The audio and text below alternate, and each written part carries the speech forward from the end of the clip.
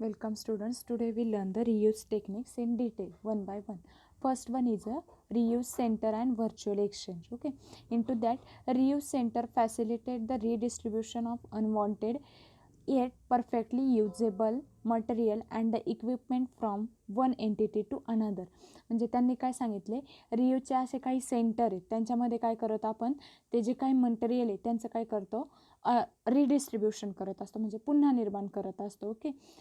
Eight perfectly usable material and the equipment from the one entity to another. म्हणजे काय, ते जे काही जुनं मटेरियल आहे त्याच्यापासून काय नवीन मटेरियल आपण तयार करत असतो. They take possession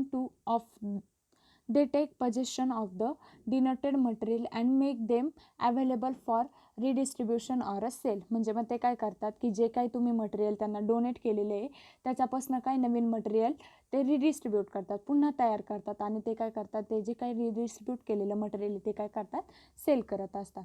virtual exchange allows users to post listing of materials available and wanted on an online material exchange website without taking physical possession of a material. मग त्यांनी काय सांगितले, जे काय आपण मटेरियल घेतो, ओके, जे काय रियुजेबल मटेरियल आपण जुन्या वस्तूपासून नवीन एखादी वस्तू बनवतो, त्यामध्ये काय होतं, त्याच्यामध्ये ऑनलाईन मार्केटिंग पण त्यांचं चालू असतं. पण शक्यतो हे जे काही रियुजेबलचे जे काय मटेरियल्स आहेत ते त्यांचं जास्त ऑनलाईन मार्केटिंग होत नाही ॲज कम्पेअर टू जे काय आपण ॲमेझॉन किंवा फ्लिपकार्टवरनं नवीन मटेरियल घेत असतो.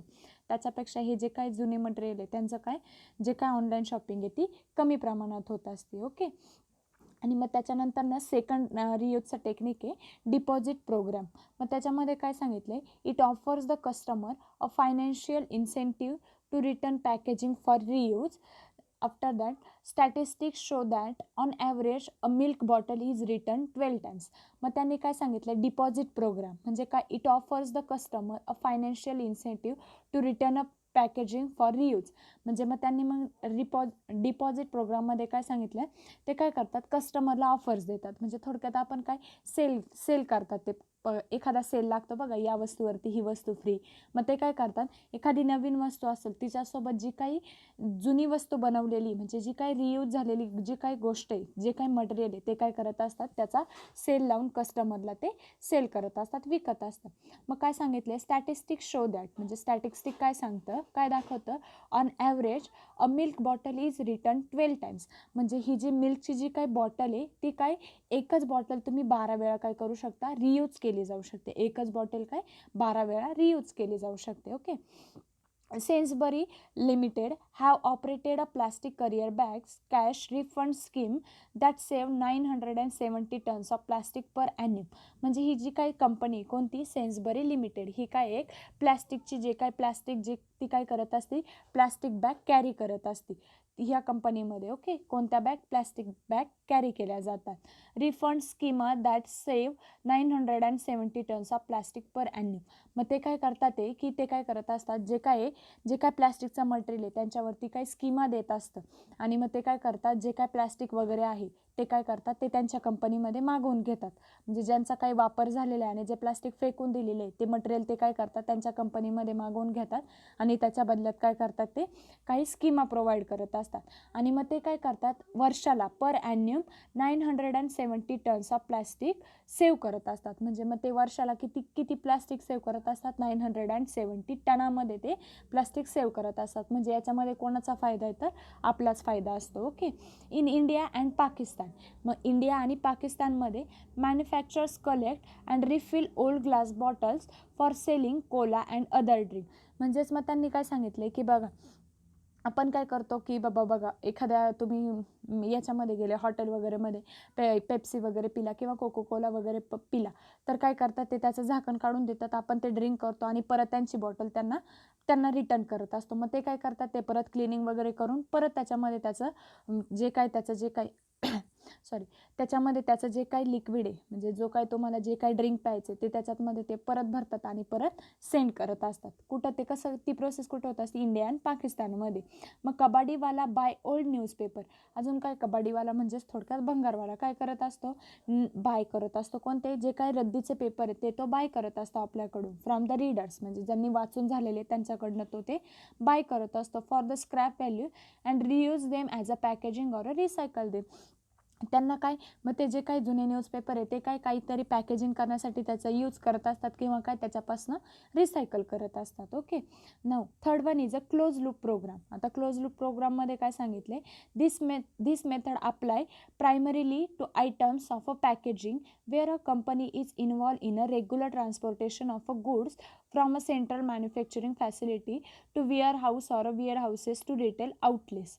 For example, cold drinks, milks, vegetables, etc. are transported in a reusable plastic crates or a pallets. म्हणजे मग त्यांनी काय सांगितलं? हे क्लोज लूप प्रोग्राममध्ये काय सांगितले की हे जे काही मटेरियल्स आहेत, कोणतं प्लास्टिक म्हणा किंवा हे जे काय बघा, आता आपल्याला काय करायचं आहे? कोल्ड ड्रिंकची तुम्हाला काय करायची आहे? ट्रान्सपोर्टेशन करायचे. ओके. अजून कशाचं? मिल्कचं, व्हेजिटेबलचं ट्रान्सपोर्टेशन करायचे. मग यांचं तुम्ही ट्रान्सपोर्टेशन करत असताना काही प्लॅस्टिकचे कॅरेट्स यूज करत असता किंवा मग तुम्ही ॲपल वगैरे भरता, मग त्यांच्यासाठी काहीतरी बॉक्सेस असतात. ओके. मग यांचे जे काय ट्रान्सपोर्टेशन होतं ते एका कॅरेटमधून ते एका गावावरून दुसऱ्या गावी आणले जातात एकाच कॅरेटमध्ये. ओके. मग परत काय, त्याच्या काही सपोज तुम्ही कोको कोलाची तुम्ही काय करताय? ट्रान्सपोर्टेशन करताय. मग कंपनीकडनं काय येतं तुम्हाला? भरलेल्या बॉटल्स येतात. ओके. त्या भरलेल्या बॉटल्स तुम्ही काय करता? तुमच्या दुकानामध्ये त्या घेता आणि परत तुमच्याकडं ज्या काही रिकाम्या झालेल्या आहेत त्या काय करता? ॲज युज्युअल त्या काय करतात? त्याच कॅरेटमध्ये तुम्ही रिटर्न करत असता. मग त्यांनी क्लोज लूप प्रोग्राममध्ये काय सांगितले? हे जे काय तुमचं जे मटेरियल आहे मग ते काय करतात? ते क्लोज लूप पूर्ण म्हणजे काय? पूर्ण पॅकेजिंग करून ते मटेरियलचं ट्रान्सपोर्टेशन तुम्ही करत असता. Okay. Now next one is a refilling program. आता it encourages the packaging reuse by customer. Okay.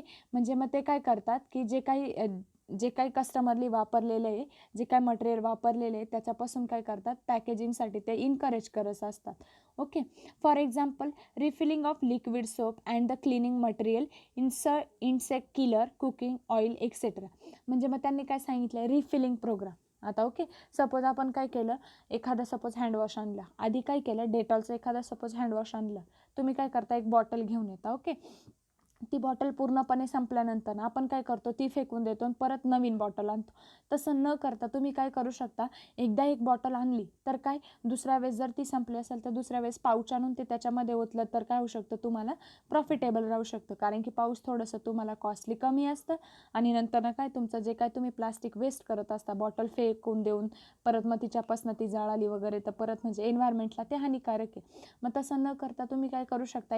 एकदाच बॉटल आणून त्याच्यामध्ये कंटिन्युअसली पाऊच आणून ओतू शकता. ओके. हे झालं रिफिलिंगची प्रोसेस. अजून त्याच्यामध्ये काय सांगितलं? This saving in packing being pass on to the customer by lower shelf price. This avoid the transport cost and the emissions of returning the reusable package to the factory. म्हणजे मग त्यांनी काय सांगितलं की बाबा जर का म्हणजे हे जर का तुम्ही केलं तर काय होऊ शकतं? तुमची जी प्राईस आहे ती पण काय होईल? तुमची वाचेल. परत तुमचा जो ट्रान्सपोर्टेशनचा खर्च आहे म्हणजे तुमचा म्हणजे जे काही ट्रान्सपोर्ट करत असता तुम्ही, ह्या बॉटल जरी फेकून दिल्या रोडवरती तरी पण जे काही कबाडीवाले असतात ते त्याच्यामधनं ते शोधून काढतात आणि ते परत फॅक्टरीला रिसेंड करत असतात. मग त्याच्यामुळं परत त्यांचं ट्रान्सपोर्टेशन वाढतं. मग त्याच्यासाठी त्यांनी सांगितलं की बाबा एकदा बॉटल आणली तर नंतर ना पाऊच आणून तुम्ही त्याच्यामध्ये ते रिफिल करू शकता, ओतू शकता आणि तुमचं एन्व्हायरमेंट पण तुम्ही स्वतःच काळजी घेऊ शकता. Okay. Now next one is a regiving or a regifting. Items such as clothes and children toys often become unwanted before they wear out due to the changes in their owners needs or preferences. These can be reused by the selling or giving them to the new owners. म्हणजे मग त्यांनी काय सांगितलं? रिगिविंग किंवा रिगिफ्टिंग. म्हणजे मग काय सांगितलं? एखाद्या सपोज तुम्ही एखाद्या मुलाला चिल्ड्रनचे काही कपडे आहेत किंवा काही त्याचे टॉईज आहेत, मग ते तुम्ही वापरता आणि काही वेळेस काय करता? फेकून देता.